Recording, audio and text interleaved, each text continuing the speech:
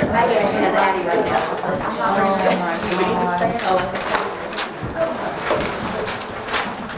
Amy, would you like to lead us in prayer? Yes.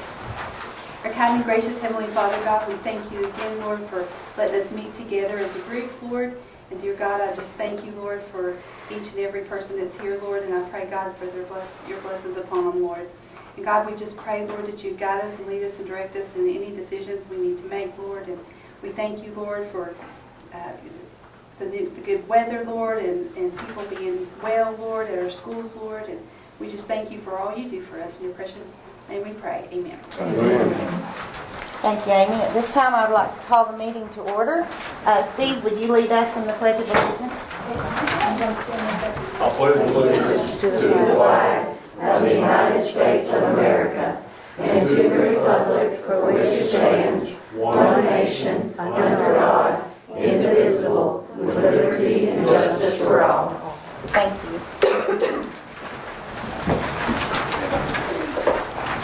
At this time, I would like to open the floor for any public comments. Okay. I need a motion to approve the agenda. So moved. Second. All those in favor say aye. Aye. And at this time, I would like to turn it over to Dr. Beasley for the superintendent's report. Thank you, Ms. Ray. Man, it's good to see everyone here tonight. It's a nice crowd, and we're excited that we're able to do this again and get together and start recognizing some accomplishments that are happening in our schools. And but we always like to start off with a little good news, and tonight Piney Creek is going to share good news. So, Ms. Vestal, will you introduce your folks that are here to do the good news? And I sure will.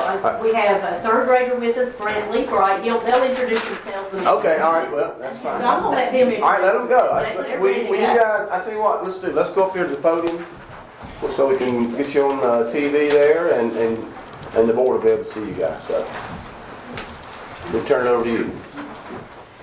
All right. Go ahead. Hi, I am Brantley Bright. I have been selected by Ms. Fessel and my third grade teacher, Ms. Neal, to share some good news with you about our school. Hello, my name is Addie Cochran. I'm in 8th grade at Piney Creek School, and I'm excited to let you know a little bit what being a pioneer is like at Piney Creek School. What exactly is a pioneer?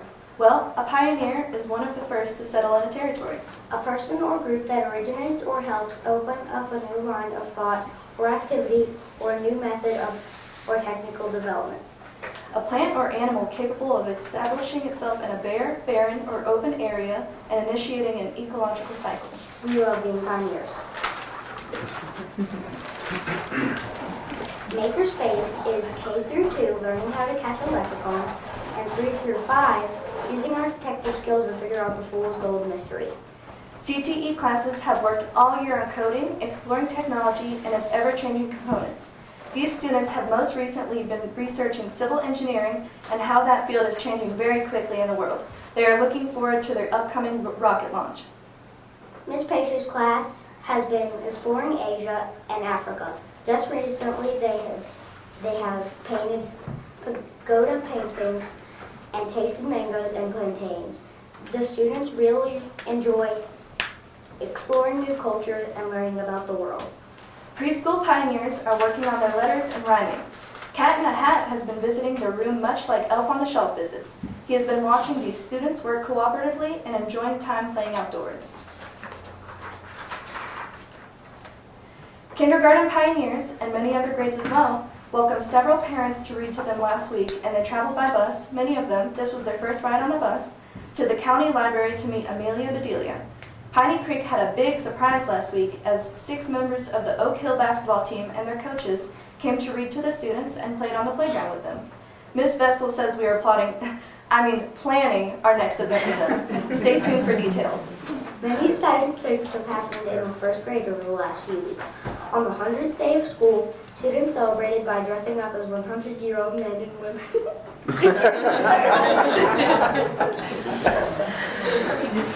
They were the cutest 100-year-olds that you've ever seen.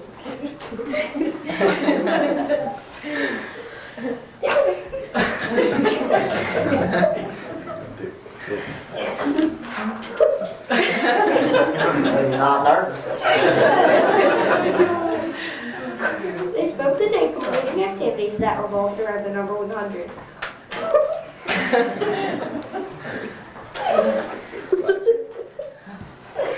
On March 2nd,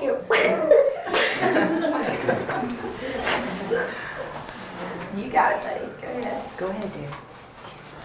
we celebrated Dr. Seuss's birthday by listening to guest readers read their favorite book in our class. Many different family members, along with Ms. Fessel, shared their passion for reading with students. It was a successful day. Students continue to grow and learn despite obstacles and challenges that can't be helped. We look forward to many more exciting events to come this month and at the end of the year. In second grade, pioneers have begun graphing their own progress monitoring for M class. It has created great discussions with students about their growth, it motivates them, and allows them to see their improvements. Bentley Barnes Perry won first place for third grade in the soil and water poster contest. Third graders started a kindness bingo board where they are doing random acts of kindness in the school. Third graders had a visit from the town's mayor, Wes Brenniger, and got to take part in his mayor and manager show. They learned about the importance of education, government, and the role of community members. As a part of our science curriculum, third graders will be taking part in Take Action Global's Plant a Tree program. Students will get to follow along with tree planting in these four forests: Malawi, Sierra Leone, Cambodia, and the Philippines. There will be a tree planted in our name, and we will get to watch the process through an interactive map app. We are very excited to watch this happen. Fourth grader Lucy Barraclough has been taking lessons in jam and can play the fiddle and the banjo. Addie Neal won first place in the soil and water conservation contest for our school and second place for Alleghany. Fifth grade pioneers are working very hard on math and science through reading. In their own words, students are excited about just about anything they can do with Miss Sturgill. They love doing math. Middle school students have also been very busy. The following students have become published poets through a national contest called Creative Communications this year: Leah Sanders, Caroline Bryant, Laurel Davis, Emma Smith, and June Mangano. Middle school ELA classes have published class books of poetry through Student Treasures. Beta Club students organized and collected canned food for a food drive before Christmas to donate to Solid Rock Food Closet. We ended up collecting 436 items that were donated the first week of January. Graphic novel literature circles were a success. Students were engaged in reading and interacting with the text. They finished the unit with a STEM activity in which they used storyboard cubes and created their own digital comic. And we have 2 Envirothon teams that are advancing to the district competition. Miss Linker's 8th grade class has been building greenhouses and using math skills to garden. They cleared land last fall, planted trees and shrubs, and this spring are cultivating seeds in their classroom and soil that had been composted with items that would have been placed in the garbage to build a rich compost of pumpkins, cafeteria leftovers, cardboard, and so on. The goal is for our school and community to benefit from the products grown in the gardens and groves on our campus. Piney Creek School has started a new program called PPIS and Global Leaders. Students are earning lots of points throughout the day, including the bus and the cafeteria. These points are being spent in our store. These students are learning the value of $1 for sure. They can either purchase items in the store, they can purchase tickets to our monthly events, or buy raffle tickets on big items.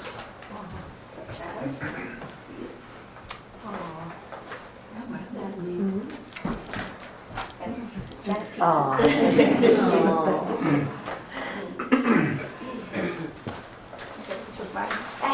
Sorry. We have had several events to celebrate our global leader qualities, including a fall carnival and our own Pioneer Olympics, complete with a walk of champions and cool events. Many of our PE classes have been building huts out of hula hoops. We have 45 seconds to build our huts. We have to build a 1-story and a 2-story building. If we can't get them built, we have to operate our game with only 1 hut. If we have 2 huts built, then we can use both huts. Then we play a unique form of dodgeball with the huts. This is a really cool STEM activity that Coach Moxley plays with our classes. As pioneers, we are excited about what is to come at the end of the year. Being a pioneer is a lot of work, But also a lot of fun. Go Pioneers! Oh.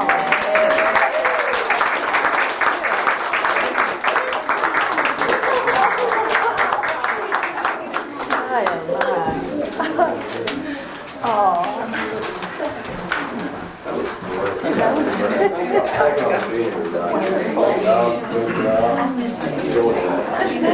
know you were a little nervous up there, but that's okay. That was wonderful. He does good. He speaks better than Same thing. Yeah, hey, you have to earn some tickets. All right. This is great. So we have a few recognitions we'd like to do tonight. And we're going to start off first with our spelling bee winner. Our county spelling bee winner is out of Sparta. And that is Deegan, I hope I pronounced this last name right, Payros. Come on up here, Deegan. So, Deegan competed against all the other schools here in the county and was the county champion. And he will be competing regionally this weekend at the Panther Stadium down in Charlotte. So we wish you the best of luck. All right?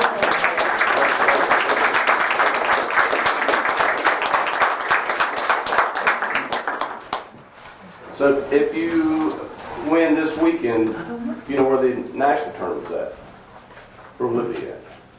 Maryland, I think. Maryland, okay. Well, good luck, good luck. We'll be rooting for you.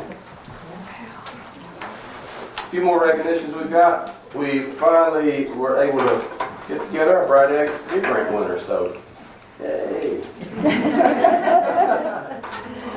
Sorry, there's been some miscommunication, but we finally got you here. So I'm gonna just read a little bit, and then I'll just ask you to come up and get your certificate. But the first one is Cecilia Hampton of Sparta Elementary for Dive into Digital, and this was a $1,000 grant that allows students to explore the world of digital tablets and scanners as they use technology to create electronic portfolios of the work. Differentiation across the classroom can occur rapidly for both remote and in-school students, and this will provide students and teacher with easy access to materials from any location. Cecilia Hampton. And Cecilia, this is my 7th year, and I know she's received 7 right out there. I think she's got about 10 or 12. I'm not sure. Do you remember how many? We Or 15 or 20? I don't know. Congratulations.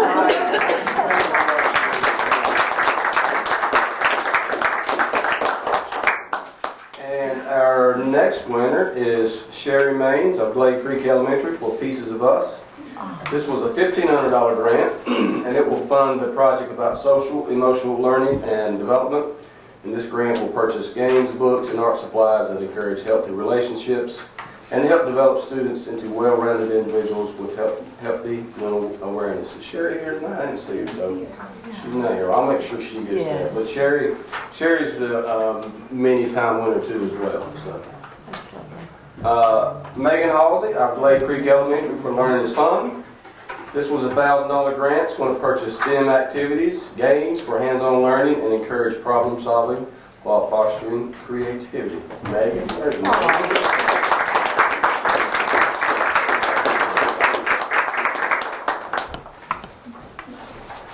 Is this your first one, Megan? Yes. Make sure you go after me every year. Lots of, and I will say this, they're called the Bright Idea Grants.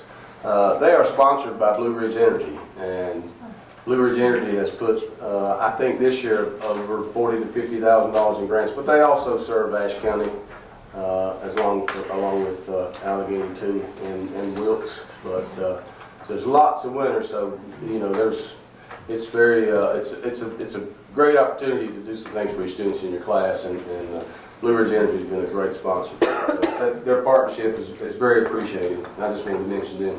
So we have Diane Russell of the Alleghany High School, and it was for serving up credentials for students. This was a $1,125 grant. It's going to fund a project to properly train and educate food handlers to know how to protect the public, themselves, and their families. Properly trained food handlers can improve food safety and reduce risk commonly associated with foodborne illness and outbreaks. So, Diane, thank you so much.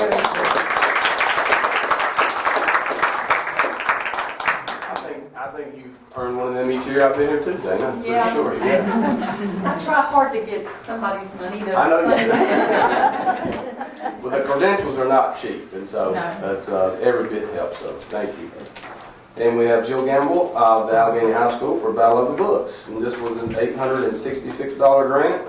It's going to allow students to compete in the North Carolina High School Battle of the Books. And the competition encourages the youth of North Carolina to read books, have fun, and compete by demonstrating their knowledge of books. And I don't think, there's Jim.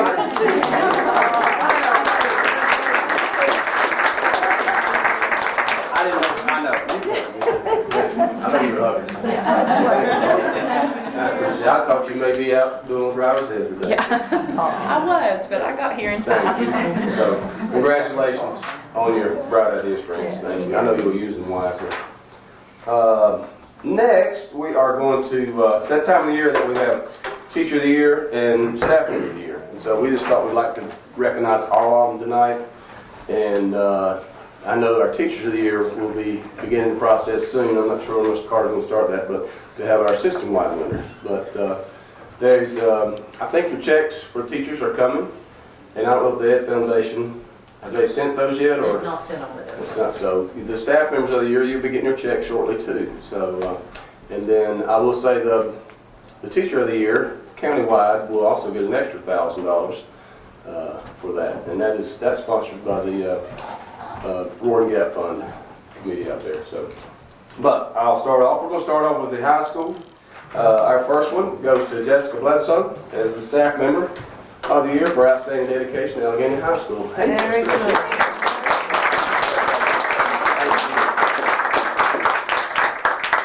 Our teacher of the year from Alleghany High School is Lindsay Formal. Lindsay.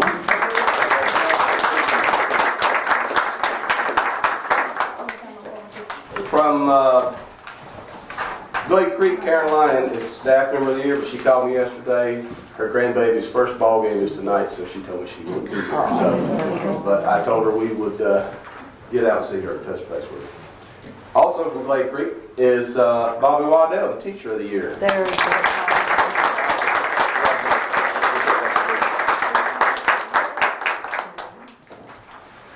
Our staff member of the year from Piney Creek is Jessica Salts.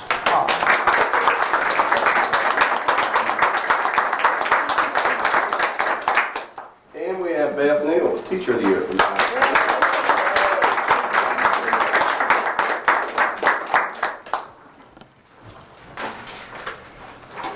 From Sparta Elementary, Twyla Kennedy. I saw Twyla earlier. Twyla.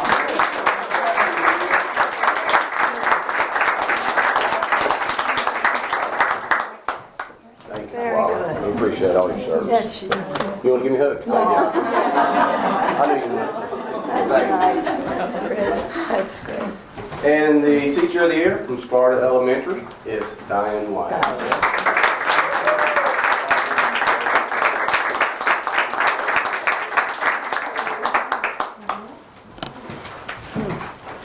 It's so good to have y'all here tonight. And again, we appreciate everything you do. Your service to our kids and our community is more than we can thank you for. And so just we do thank you for what you do. I really do. I appreciate it. This last year and a half has been extremely difficult. And the way you served our students and everybody else, we just say thank you from the bottom of our heart. So thank you so much. Can I say something? You sure can, Paula. I was honored to be nominated from my faculty for this honor. But I want you to know, I've worked in every school system in Alleghany County. And I've not been nowhere that I haven't felt warm and loved and appreciated in Alleghany County. That's beautiful. And I enjoy working with everybody in the county. Yes. It's been very nice. Thank you so So I much. appreciate you all. Yeah, thank you. We appreciate you.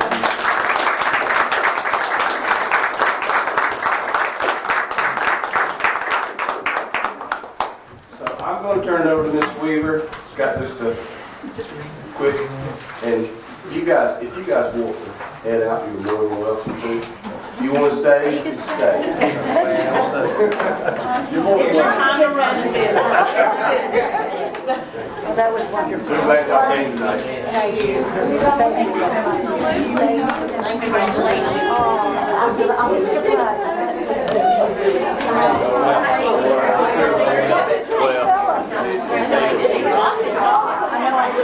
But I said I got a volunteer check. I wouldn't have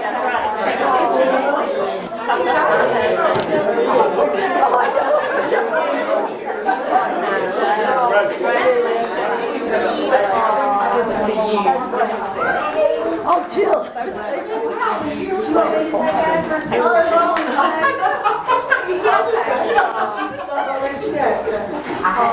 to see you. Okay. You have a beautiful little thing. Thank you so much. He did. He goes, We're really proud of you. thank you. The whole room just did so. I know, I'm sorry.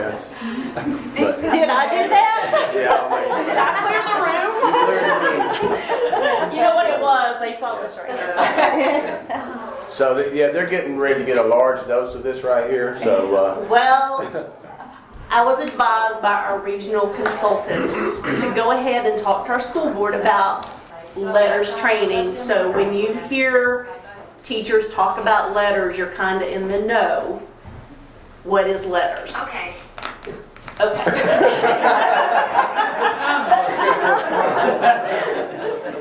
We were actually asked to be, and then you'll see this later, I'm probably getting ahead of myself, we were asked to be in cohort 1, which started during COVID. And speaking with Dr. Beasley, it just was not the time for our teachers to go through this intense training. Because our teachers were in the trenches. They were face-to-face. Our school kept rolling. While other schools were closed and teaching remotely, you know, we were up and our teachers were working with our students and building those relationships. And we felt that it just was not the time to address letters. Letters is not a program. It is not a core curriculum. It is a training of how to teach reading in the correct way. So, what is letters? Letters stands for Language Essentials for Teachers of Reading and Spelling. And it addresses the 4 critical outcomes. Understanding the science of reading, which you're going to hear a whole lot. Converting research to practice. Enhancing teacher effectiveness and transforming instruction. And the why. It's all based on research data. Most of us sitting in the room probably learned to read by sitting around the robin and us figuring out who's going to get what paragraph and us sitting there practicing before it got to us. That is not best practices. So letters is teaching teachers how to teach phonemic awareness, decoding, comprehension in the correct way, and realizing, is a child having trouble recognizing, maybe dyslexic, catching things early? That is something that we've kind of not had a lot of training in. This is the opportunity. This is an expensive program. This is I'd say mandate is the right word. It is by mandated. Superintendent. It is mandated. It is mandated. By Yeah. Superintendent Truitt. This is a North Carolina DPI initiative. All schools, North Carolina schools, have to go through this training. Who and what? Pre-K teachers are also required to be part of this training. Their training is 1 semester long. They will have 2 units. The K-5 teachers will have training for 2 years. So with that being said, we will not be doing a lot of other PD, professional development, because we're going to spend a lot of time and effort helping and supporting our teachers in this process. I will say, in speaking with some teachers from Newton Conover, who were in cohort 1, and Wilkes County also in cohort 1, they said it was a lot of time, but they see the need for it and how much it has changed their teaching and instruction. It is a good thing. So that's the ultimate goal. They are, admin is also required to do it, our principals, our EC teachers, our ESL is also be going through this training. Can I ask a question? Yes, sir. When are they expected to do this? Getting right there. You're on my neck, right here. So, like I said, we are in cohort 1. We could start in July, but as a decision, our teachers deserve a vacation. We are not going to start in the month of July. We will start in August. Our kickoff is August the 17th. It's online, so teachers get to work on it at their own time, 24 hours, 7 days a week, whenever it best fits them. Our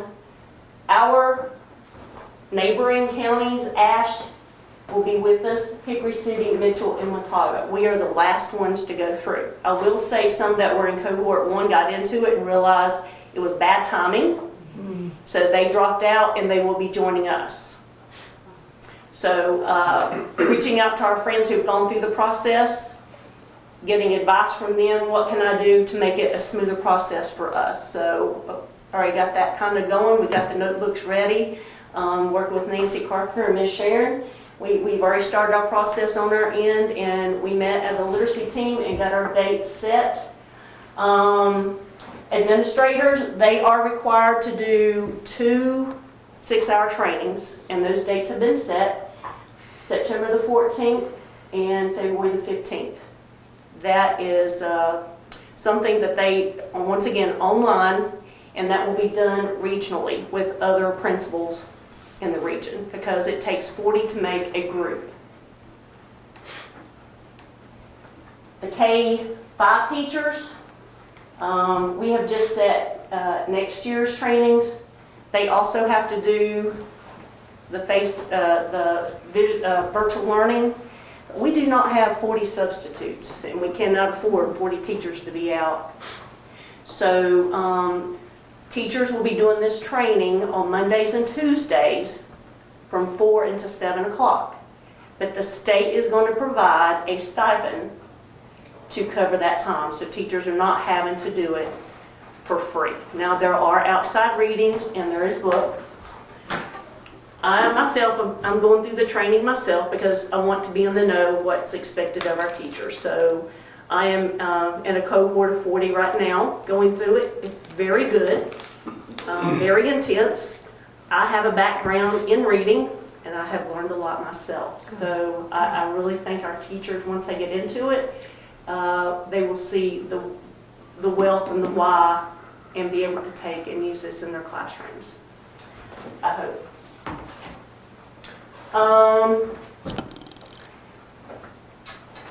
Our first unit is October the 3rd and 4th from 4 to 7. And then the second unit, December the 12th and the 13th. The third unit will be the 6th and the 7th. And the fourth is May 1st and the 2nd. That is year 1. Year 2, they'll do the very same thing. But the nice thing of it is, it's at their own pace, except for this piece right here. Mm-hmm. And if they miss a day, they will have to join another school system to make this up, or they do not become certified. So, yes, ma'am. So they go through the training on their own, and then they have to be at those, or yes. Okay. Those are face-to-face. Yes. Okay. Yeah. These are face-to-face or virtual. When they sign in, then they send a certificate.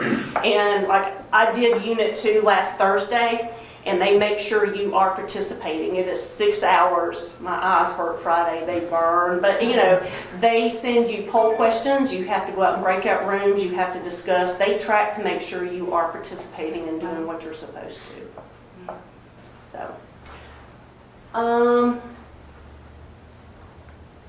and our pre-K teachers, they have 2 trainings, and their training will also be from 4 to 7 as well. They'll be paid a stipend to participate. It is a lot of work. It's important when you hear letters and you hear teachers talk about it that you are in the know of what the expectations are.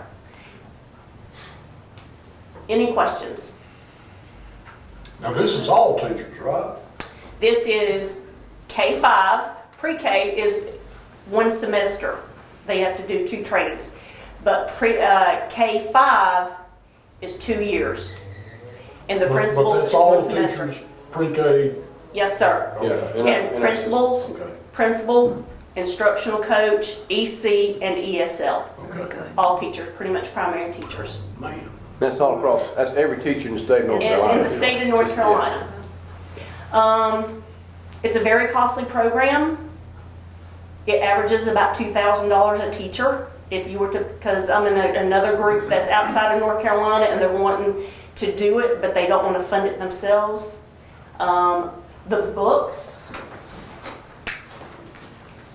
if we lose this and have to replenish, it's $700. So it's good. It's good. It is good. So, and Mr. Beasley, Dr. Beasley and I have spoken. There will be a system where principals will, if teachers retire or move classrooms or go grades, part of the principal's job is to make sure that those books remain in that classroom, because as a school system, we can't afford to replenish these every year. So So, And there will be trainings. yes. Yes, Okay. to keep it going.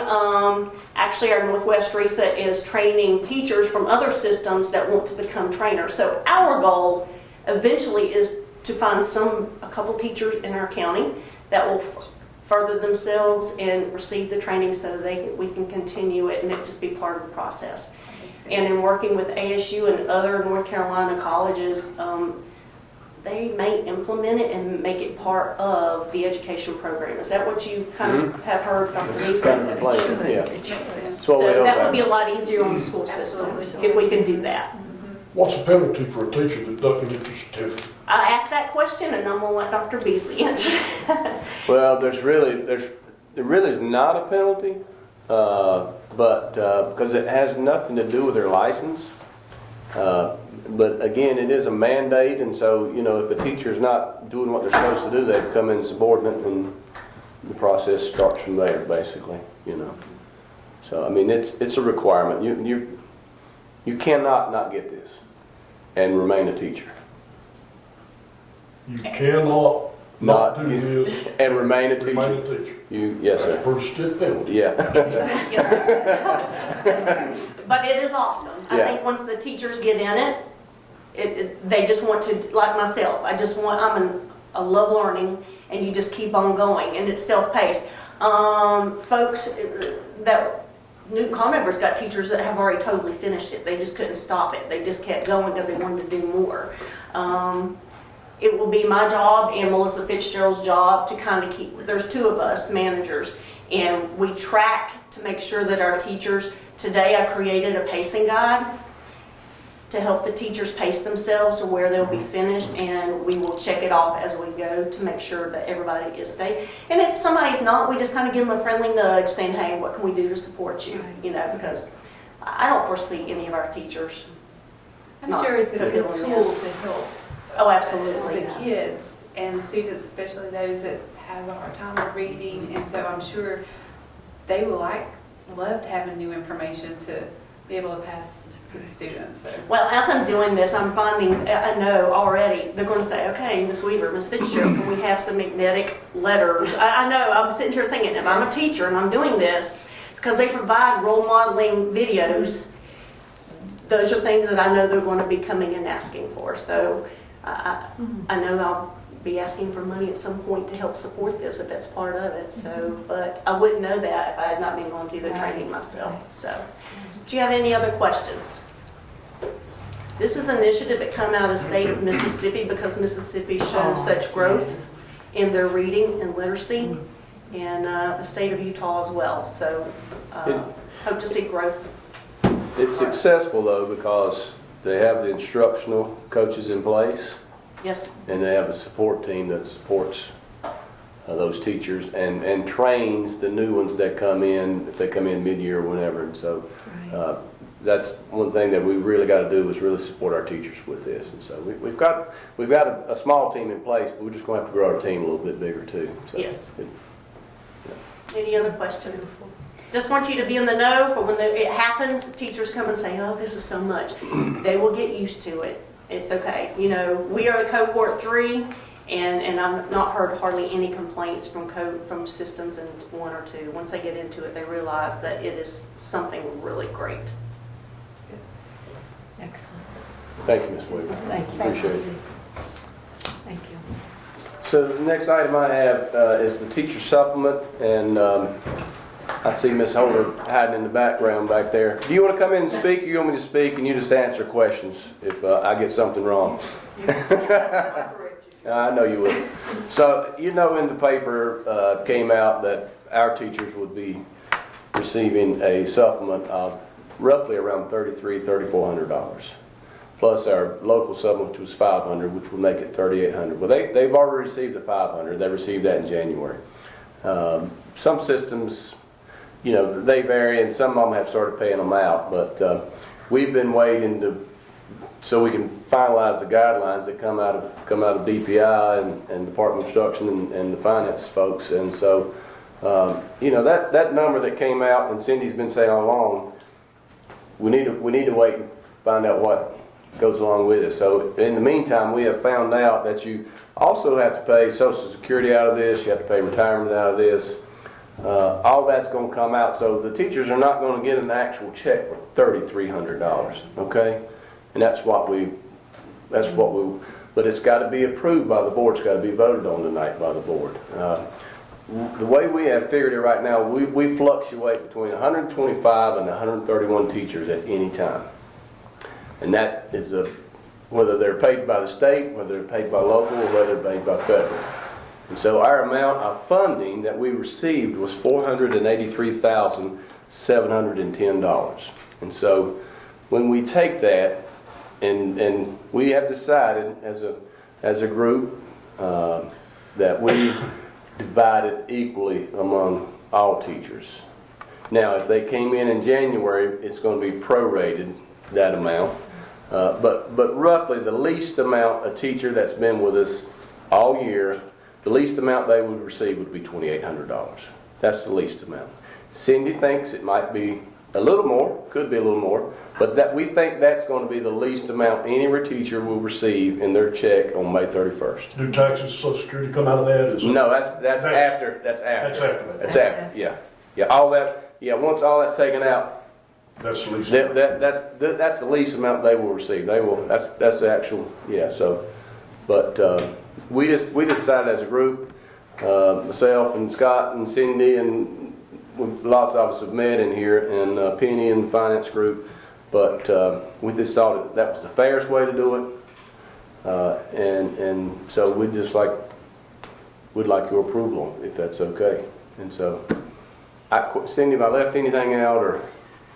No, the normal withholding, that rough amount of 2,800 is the gross. So there may be a little bit of state or federal withholding that will be in that, but pretty much the rest of it's just that's reducing it from what was quoted in the newspaper to start with, is to cover the retirement that we have to cover out of the allotment.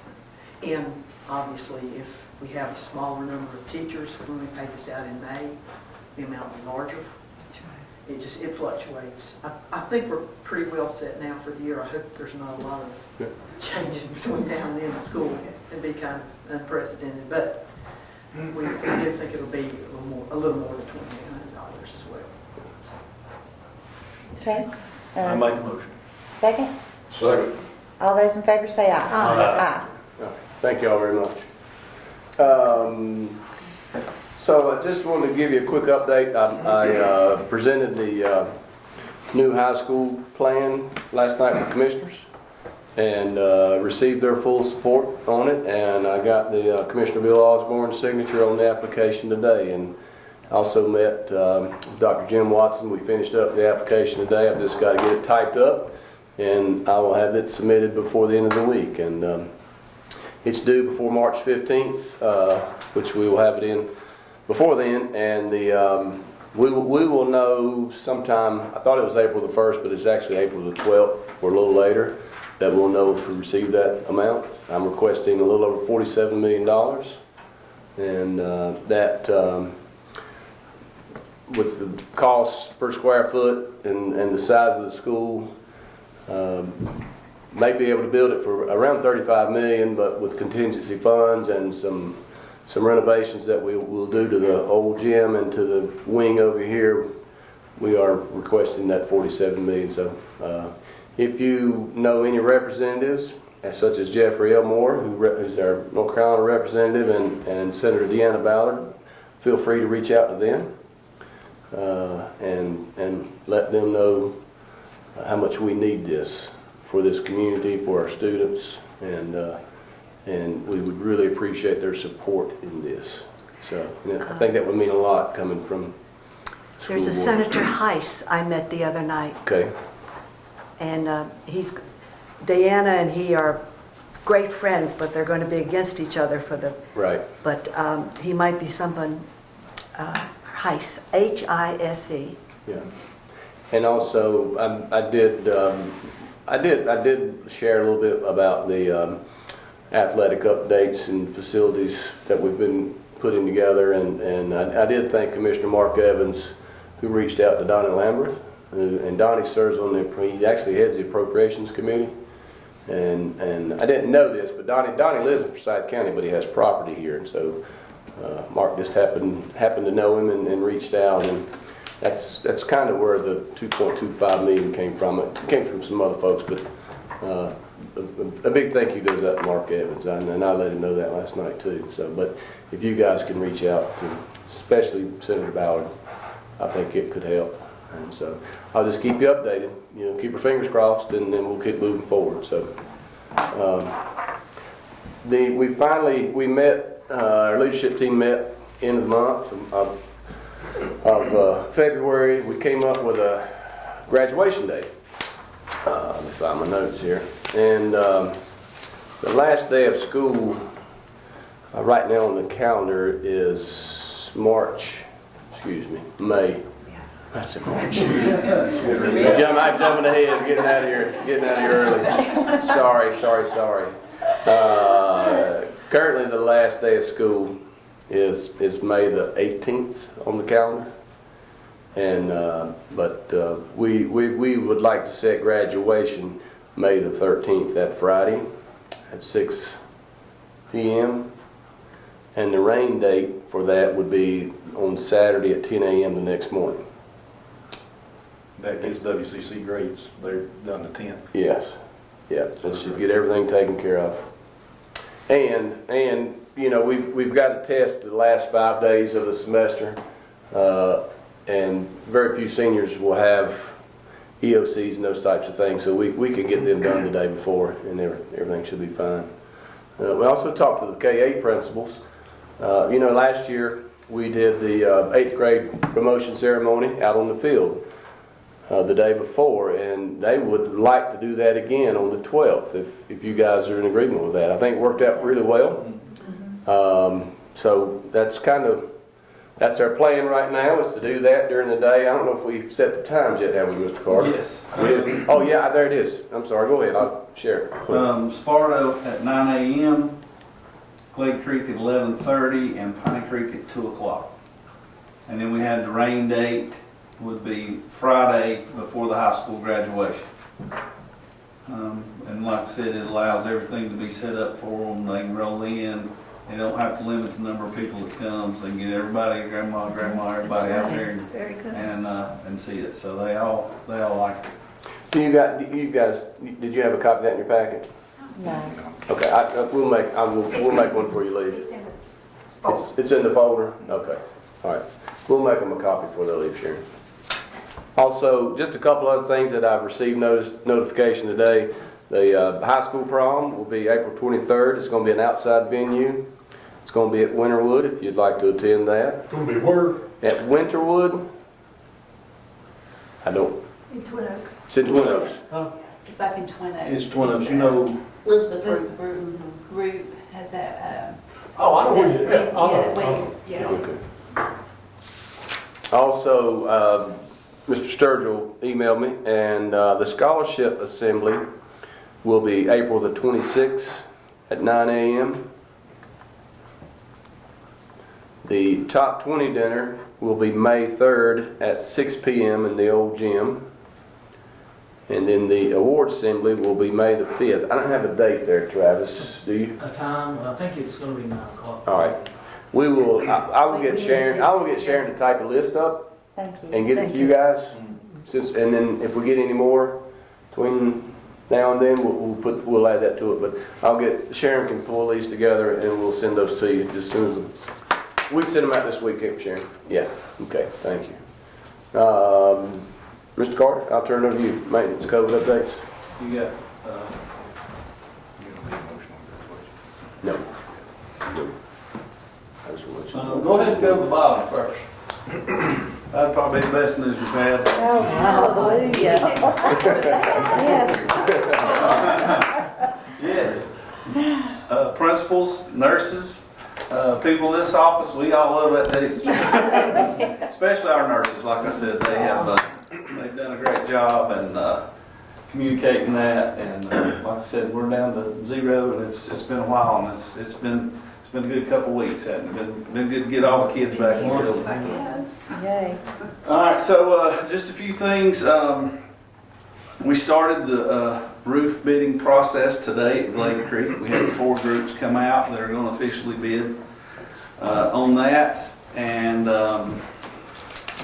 the scary thing is the lead time on that is 60 days after they receive the hardest piece of hardware there is to find, which right now is insulation and brackets. So it's a long process to get a job like that done right now, just because they can't get materials. But we are doing March 22nd. We'll get the final bids on that and get the process started and get that going. And people at Lake Creek are glad to see that and getting that started. The next thing is the 2 HVAC installation at Sparta and Alleghany High School. They've got the pads and all, and we're supposed to hopefully pour in concrete this afternoon to get those started. The one at the high school, do want to give you a little update on that. We've run into a little bit of an issue because we've got an old building and we're trying to put new air conditioning in it. Our issue is on the back side of the school at the cyber entrance. We are going to, the proposed plan is to, it's going to be basically like a small tunnel that you're going to have to go through if you go in that direction. Now, we don't have kids going in that direction. We may have a teacher or two, but they're going to have to basically sit the units across the walkway and then go up and over with the HVAC. We looked at moving the sidewalk and setting it there and building a new sidewalk around, but we have a gas line, we have a water line, we got a sewer line, all in the way there. You got a power line too, don't you? Yeah. Yeah. We've got everything coming right through there, so we can have to move it build- over have to build there. a retaining wall too. Yeah, and we have to build. And you'd have to build a retaining wall too. So it's gonna, it may, if you see it looks a little odd, it's basically like a little small tunnel, just the ductwork's going up and over, and it won't be reachable, but, and like I said, we really don't have, it's more of an emergency exit than anything, Let me but ask a question. Will this new unit incorporate into the new building? No, it's just for the old gym up there. yeah. For the old gym? For the old gym, yeah. The one that we use for basketball games right now? Yeah. So it will remain, the old gym? Yeah, the old gym The will old stay, gym, yeah. the old gym Yeah. would stay. I just don't want to waste. Yeah, no. No. Yeah, the old gym would stay. The other things on here, athletic renovation, Pinnacle Architecture has started and they're getting a topo done from the surveyors. They are going to use the drone footage to begin hopefully getting our track set in and seeing exactly what we can get done on that, as well as the field, the tennis courts, the baseball, the softball, all that. So they've got that process started. We've had site visits going on from several people this week with the things at the stadium, the tennis courts, and as well as the new gym floor for the gym at the high school. So all that is getting started, and we have our scope of work completed and turned into DPI. So if it gets approved, we will receive the funds, and we can go ahead and start paying those as we do them. Great, good, thank you. Very good. All right. Any questions about any of those? Good news. Okay. Very good. Thank you, Mr. Carter. Thank you. I got one last thing on my report. It's the, I'd like to propose that we move the April board date from April the 12th to April the 5th. April the 12th is, that's our spring break. So we'll have no students really around, maybe some of them are playing some sports if they haven't rescheduled those. But we won't have any staff and quite a few people on vacation. So I didn't know if the board would want to move it to April the 5th. That, since we're meeting the 8th this month, it's about a month. And so would everybody in agreement with that? Be okay? No, with let's leave it spring break. that? I'll be zooming with you then. I'm good. But I didn't know if you want to do it the week before or the week after. I think the week before would be better. Yeah. So April the 5th. All right, let's move that date to April 5th. And that's all I have. I'll turn it back over to you, Madam Chair, and let you do the new business there. New business, the approval of summer school testing. So summer school, during COVID, I'm going to back up. 2 years ago, students that were not proficient on their EOGs and EOCs were allowed to retake the test. And the last time we done that, we had some success with those students. And so our main proposal is that we allow our system to do that again and allow us to retest our kids if they want to test. It's not mandated. They don't have to test. It'll be a process of 3 days of some tutoring, and they test on the last day. But it does need board approval for us to allow us to do that. And is there anything else I need to say on that, Missy? Yeah. You know, it's so. But the board does have to approve it if we retest. So. Do I have a motion for the approval of summer school testing? So moved. Second? Second. All those in favor say aye. Aye. Aye. Thank you. And moving on to old business, face covering guidance. Do I have a motion? Discussion? Leave it like it is. Okay, a second? Second. All those in favor say aye. Aye. Aye. And final reading of the policies, the technology responsible use policy, I make a motion on it. and a second. And all those in favor say aye. Aye. Aye. Distribution and display of non-school material, which is option 4. That's the closest thing to what we have, right, Fred? That's correct. My recommendation that we do adopt option 4. Okay. So moved. Second. All those in favor say aye. Aye. And a motion for final reading of the fall PLS updates. Madam Chair, it's my recommendation that we adopt as the final reading the updates as proposed by the North Carolina School Boards Association. So moved. Second. All those in favor say aye. Aye. Aye. And I'm closed session. Closed session, Brent. Madam Chair, we need a motion under General Statutes 143, 318.11, subsections A1, A3, A6, to consider matters required by state or federal law to be discussed in confidence for discussions with the board's attorney to preserve the attorney-client privilege, and to consider the qualifications or performance of a prospective or current employee of the Board of Education. So moved. Second. All those in favor say aye. Aye. Aye.